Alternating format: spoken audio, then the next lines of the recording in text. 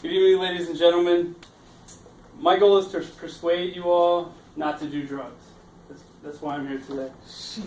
Drug abuse is a serious problem, and it affects many people, and we need to combat that problem. I'm going to tell you a quick little story. On 22nd June 2007, I awoke from a night of partying. I received a phone call from my mother. It was my mother's phone on my cell phone, but it didn't sound like a voice I recognized, okay? It was so much sadness in the voice that I heard on the phone. I couldn't even fathom who it might be, but it was my mother. She was calling me to inform me that my father had died. She called me to let me know that he committed suicide after 2 years of battling an addiction to methamphetamines. For an entire year, we didn't even know he was addicted to the narcotic. Once we found out, we tried to help him. We weren't able to help him, and my father was in his 40s. He had his whole family as well as a booming business. He was not your stereotypical drug abuser. He wasn't depressed. He wasn't combating like random things. He seemed pretty happy. So it could happen to anybody. It was after one single use he became addicted, and he hid that addiction from all of us. And then when eventually it took him over. So today I'm going to cover three main points. First point is drug abuse is extremely prevalent and is on the rise. My second point is it's extremely prevalent with the youth of today. And also my third point is going to be ways to prevent drug abuse. So let's take a look at how prevalent drug use is today. The National Institute on Drug Abuse said in May 2011 that in 2009, 4.6 million drug-related emergency room visits were made. So 4.6 million went to the ER due to drug abuse. That's a staggering number for 1 year. The military, as we're all military, the military is not immune to drug abuse.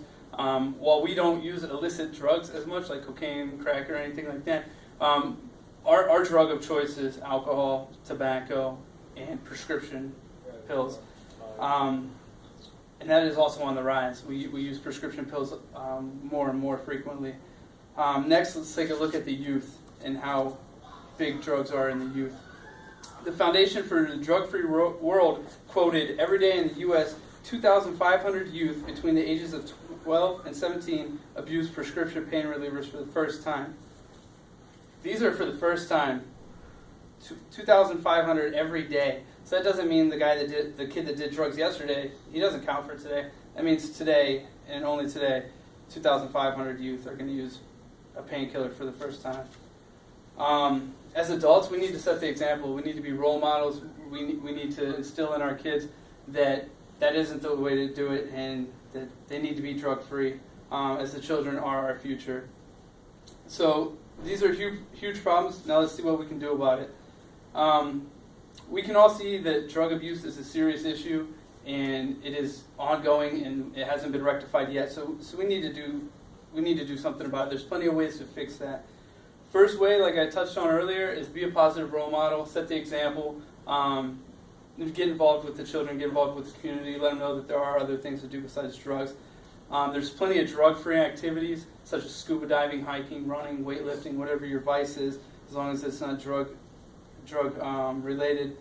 And then also seek help for others. If you see somebody else that might be addicted to drugs or might be going through something and then they might turn to drugs, seek help with them, and be a refuge for them, and take them out and do something not related to drugs.